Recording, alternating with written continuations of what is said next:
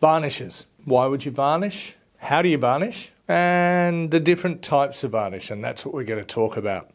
So, there's water-based varnishes and solvent-based varnishes. We will talk about the water-based varnishes first, and I'll explain the differences between all of them. So probably the first two to kick off with the polyurethane varnishes. They're not acrylic, but they're based on a polyurethane. We have a satin and a gloss.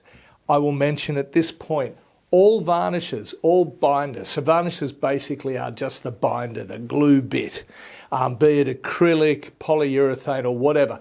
Any sort of binder, including oils, including gum arabic, which is what's a binder in watercolour, are all glossy, relatively glossy.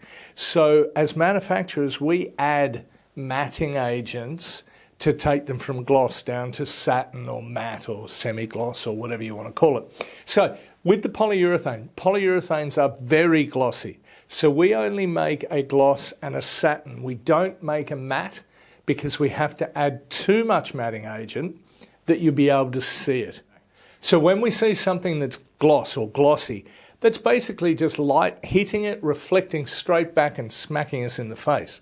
When we see something that's matte, light is hitting it and that's being dispersed or diffracted. And so therefore it has the appearance that it's matte, or at least it's less glossy than what the gloss is. So back to our polyurethanes.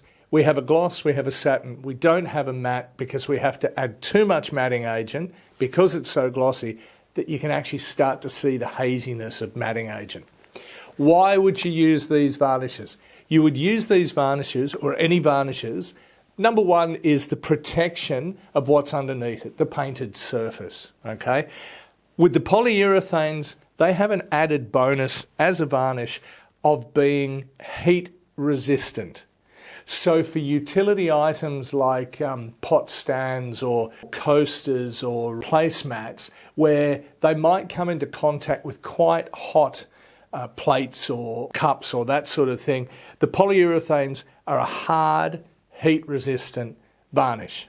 Now that does not mean you can put a pot or a casserole dish straight out of the oven at 400 degrees Celsius onto it, because that probably will stick to it. But anything else, certainly warm plates out of the oven or a hot cup of tea or something like that, the polyurethanes will manage that. Whereas the other varnishes may, especially if it's a really hot cup of tea, they might actually leave a little mark. So the polyurethanes are the best utility varnish. Moving along with the other water-based varnishes, the polymer, gloss, matte and satin varnish. The polymer varnishes are an acrylic varnish. They're probably the most versatile, not just varnish, but medium. It's an archival glue. And what I mean by that, if you use PVA or other glues, you will find, especially with PVA, that they will go brittle over time and yellow. PVA are great wood glues, but that's when they're used in the middle of wood where they don't see any sunlight or any UV rays and they don't get much oxygen, obviously. They work really well there. But to actually adhere something to canvas, paper to paper, that sort of thing, the acrylic varnishes or acrylic mediums are far superior, have a much longer life, won't yellow. For any sort of glue-based project you have, the polymer gloss. And indeed, if you're gluing paper to paper, maybe try the polymer matte varnish, because you won't get the sheen that obviously you will with the gloss. The polymer varnishes are also used as a size and adhesive for gold leaf. They can be used over the top of a painted surface as an isolation coat. They can be used for photo image transfer. We have videos on all of these things. Just type those words into the search bar and you will be able to come up with other videos. But probably, as I say, the most versatile of the mediums are the polymer varnishes, gloss matte or satin. Like with the polyurethanes, the matte and the satin are just the gloss with matting agent added into it. Another point to mention with the polymer varnishes is you can finish off your work with the polymer varnish, basically use it as a final finish, but you can then paint over the top if you so desire. If you want to go back and change an area, and then you can put another coat of polymer varnish over the top of the whole thing again to even the sheen all the way across.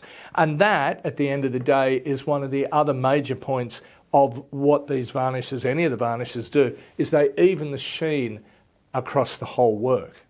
Now, before we move on to the solvent-based varnishes, I will mention the self-leveling medium. Now, this is a medium, you can mix paint with it. Indeed, you can mix paint in with the water-based polymer varnishes as well. But it is a very thick, basically it's in the same camp as the varnishes.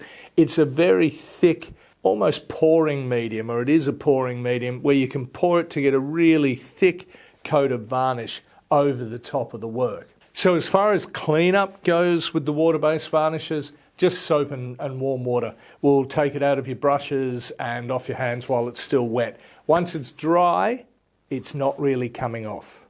Last, but certainly not least, are the solvent-based or Turps-based varnishes. Now, these are still acrylic, but unlike these water-based acrylic, the acrylic is dissolved in the Turps. It's only dispersed in the water, dissolved in the Turps. I won't bore you with all the details, but what that does mean is the Turps-based varnish used in conjunction with the water-based varnish, so water-based varnish on first, basically as an isolation coat, leave it to dry obviously, and then the Turps-based varnish over the top. The water-based varnish tend to dry with small, tiny capillary holes, but that will allow water and grime out of the air to enter back into the varnish. It won't change the varnish, but it can get grime, for instance, and get trapped in those tiny, tiny little holes. The Turps-based varnish dries differently. Because the acrylic is dissolved in the Turps, it does not dry with those tiny capillary holes. In fact, it dries a completely inert coating that nothing will permeate, not even oxygen. And that's relevant for oil paints, which we'll talk about in a second. The copybook way of finishing off a work, of an acrylic work, is with the water-based varnish, then the solvent-based varnish over the top. As before, the solvent-based varnishes come in a gloss, a matte, and a satin in between. I will mention that with the satin and the matte, in the Turps-based varnishes, you must stir them, don't shake them, like James Bond, stir them with a clean stick, and make sure you get the matting agent off the bottom. It's clear, you won't be able to see it, but it's like gummy bears, and it falls out of solution quite quickly. So you must stir that back in. Otherwise, you're going to end up basically with a gloss varnish. All the matting agent has fallen out of solution. Okay. We said before that you wash everything up. All the water-based varnishes wash up in water. You must wash your brushes and any utensils in Turps. That's the only way you can clean the Turps off. What the end result will be with the water-based varnish down first and the Turps base over the top is a completely enclosed system that will protect your work as long as you are going to be able to. With oil paints, you can use just the Turps-based varnish over the top. Mind you, the oil paints should be dry for at least 6 months to make sure they are completely oxidised. The Turps-based varnish over the top of the oils, though, it stops any more oxidation, which means it stops any cracking happening down the track.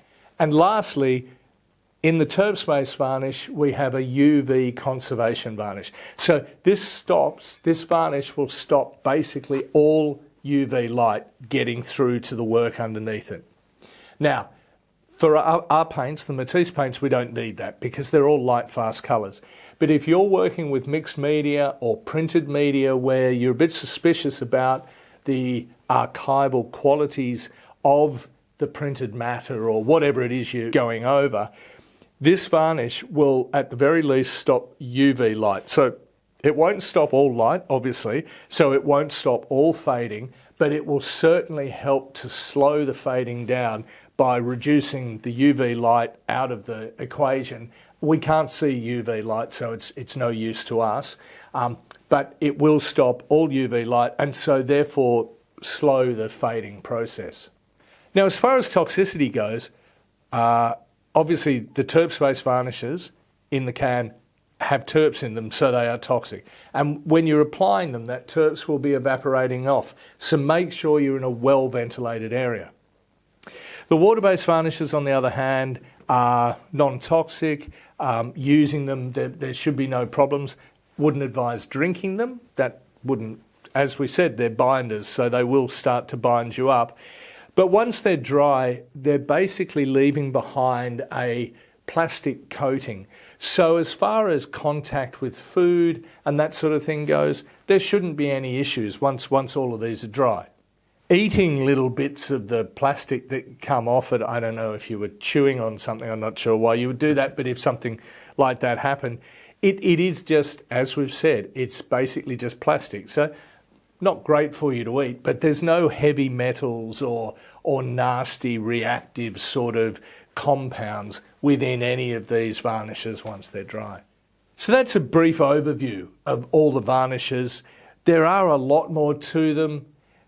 You can read more about them on our website, and there are more detailed videos of several of the things that we have mentioned.